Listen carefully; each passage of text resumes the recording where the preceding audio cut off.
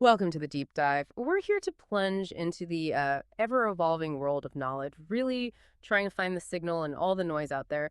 Today, we're tackling something that, well, it touches all of us, health and wellness. It's constantly shifting, expanding way beyond the old boundaries, blending science, lifestyle. Honestly, it can feel like a lot.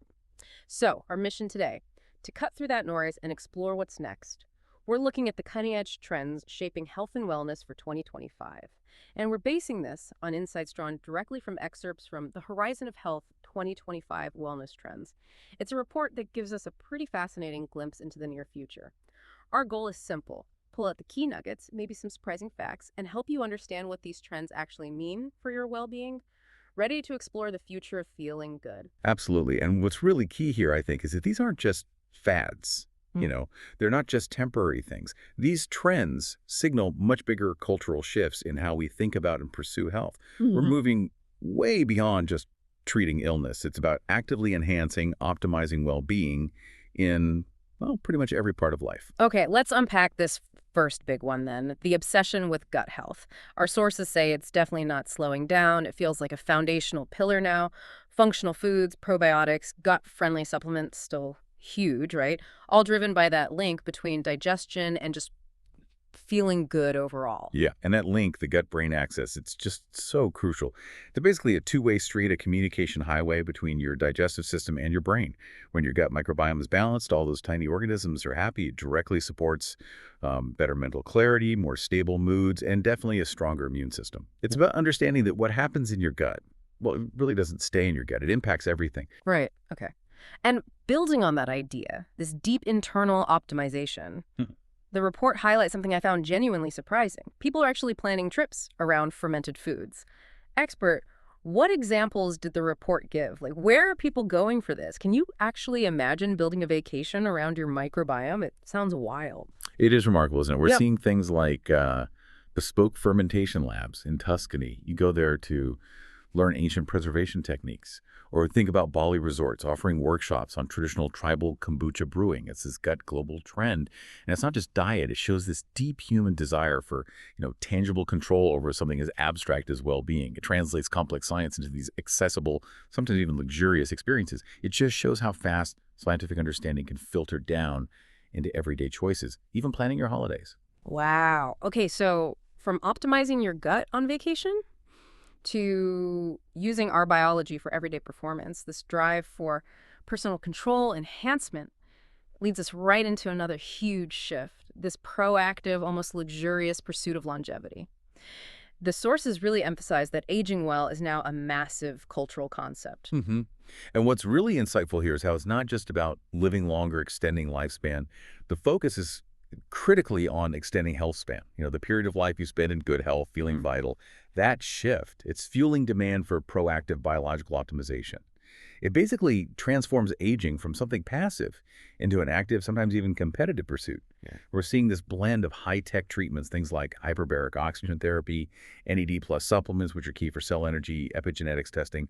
That testing shows how your lifestyle literally flips genetic switches Yeah. affecting your health. Right. All that's becoming mainstream, and it's coupled with traditional lifestyle practices too.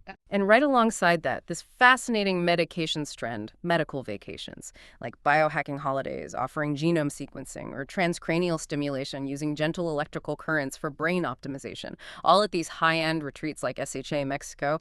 Expert, for a lot of people, medical vacation sounds like an oxymoron. Trading relaxation for procedures. What do you think is the deeper psychological thing driving this, beyond just health optimization? That's a really good question. I think it reflects this desire for um, intensive, highly personalized interventions, things that promised a big health upgrade in a short, focused time. It's proactive health taken almost to an extreme. It's moving way beyond just treating illness when it happens. People are willing to dedicate vacation time, significant money, to these because they're seeking not just avoiding disease, but peak performance, extended vitality. It's kind of redefining luxury, maybe. Ultimate self-care is investing in your biological future. That drive for hyper-personalization, whether it's gut health or longevity, it's all supercharged by tech, right? So let's explore that. How digital tools are reshaping personal wellness. Wearables, smartwatches, continuous glucose monitors, they're empowering tracking like never before. We even see prominent figures like Robert F. Kennedy Jr. promoting their use for personal health insights. It's incredible the amount of data you can get for individual insights now. But, and this is a really crucial caveat, privacy is still a major concern. Users absolutely need to be critically aware of where their personal health data is going, how it's being used. It's powerful, yes, but you have to think carefully about the implications. Absolutely. A really important point.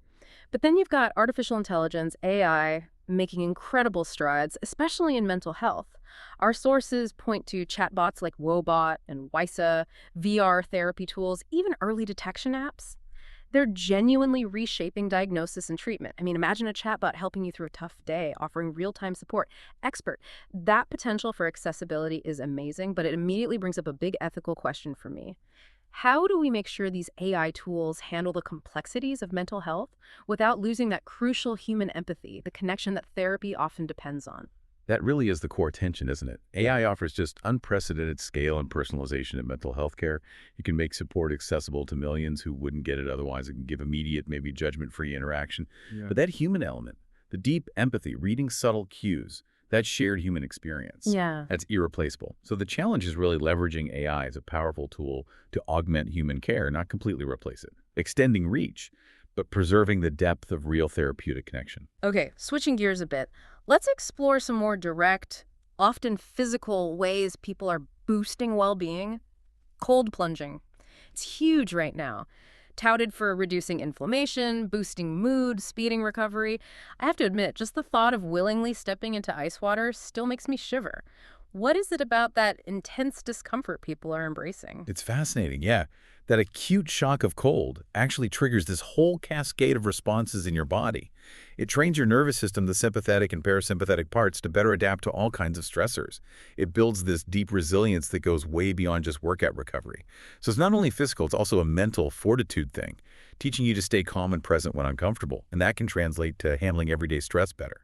Interesting. And kind of related to that, we're seeing practices to stimulate the vagus nerve, that's your body's main calm down pathway, right? Right. Using specific oils or even acupressure, trying to reset the nervous system, cut stress.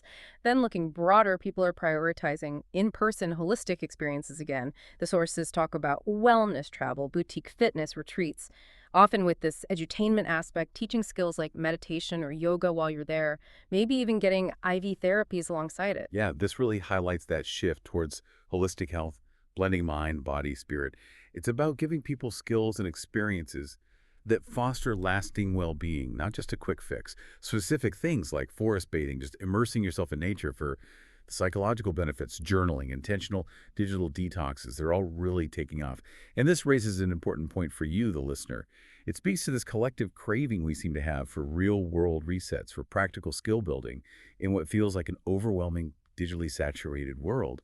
It's like a pushback against the constant noise. It really is about you and your unique body when we talk personalized wellness now. Our sources highlight this hyper-personalization in nutrition and fitness. Tailored meal plans, sophisticated biohacking, genetics-based diets, all growing incredibly fast. It's like our bodies are becoming these bespoke science projects. Well, customized approaches like these, they almost inevitably lead to deeper engagement and usually better outcomes because they're specifically designed for your biology, your lifestyle. It's just so far from the old one-size-fits-all model. We're moving from broad advice to really precise health guidance. It sounds fantastic, but does this hyper-personalization risk creating an even more complex, maybe even elitist, health landscape, where only people who can afford the genetics tests and biohacking gear can truly optimize? That's a really valid concern. Absolutely. While personalized wellness has huge potential benefits, accessibility is definitely a key challenge. The trend does highlight a kind of stratification, where deeper insights might be more available to those with resources. But on the other hand, it also drives innovation that eventually, hopefully, trickles down, making some aspects more accessible over time. It definitely forces us to think about how we democratize these powerful insights. And then there's the ethical dimension. So many consumers now prioritizing ethical, eco-conscious products, everything from sustainable supplements to demanding transparency in supply chains. It shows a real shift in what people value. Exactly. And this connects directly to changing consumer values. Personal health is becoming really intertwined with broader responsibility, sustainability, People want products that align with their ethics, not just their physical needs. It's a deeper kind of conscious consumption. The health of the planet is seen as linked to individual well-being. Okay, let's unpack this final trend then. The booming well beauty market. It's huge. Our sources show beauty products tacked with health-boosting actives, collagen, arnica, CBD, and ingestible supplements for beauty are totally mainstream now. It's all about that beauty from the inside out idea, or at least where beauty and wellness meet. Right. And what's insightful here is how these health claims and beauty products speak to this broader, more integrated understanding of self-care. It's not just superficial appearance anymore. It's about nourishing the body, so it reflects health and vitality from within. It signals a more holistic view of aesthetics. And adding another layer, the rise of mindful jewelry, things like crystals, chakra symbols, gaining popularity for their emotional support symbolism. hmm And what's fascinating here is just how wellness keeps integrating into every aspect of our lives, blurring those traditional lines between health, beauty, even spirituality. Mm. It is important to note, though, with things like mindful jewelry, the scientific backing for direct health benefits is often limited, which encourages us all to think critically about the different facets of wellness, right? What drives adoption? Is it hard evidence, or is it personal belief, symbolic meaning, or something else? So, as we wrap up this deep dive, the core insight from the horizon of health, 2025 wellness trends seems crystal clear. Wellness in 2025 isn't separate anymore. It's integrated into everything. It's intensely personal, it's tech-infused, and it's really driven by experiences. Yeah, we've covered so much ground. Yeah. From travelers seeking fermentation workshops and these biohacking med-cations, to the potential of AI and mental health, the surprising power of cold plunges and forest bathing, and this evolution of mindful retreats and the whole well-beauty explosion. It's a landscape that's just constantly evolving, driven by that universal desire to feel better. So, what does this all mean for you? As wellness keeps weaving itself into every part of life, blending cutting-edge tech with ancient practices, shifting personal ethics, how might your own definition of being healthy change in the coming years? And maybe more importantly, how will you navigate this incredibly rich, complex, and personalized landscape of well-being, figuring out what truly serves you best? We definitely invite you to continue your own deep dive into these fascinating trends.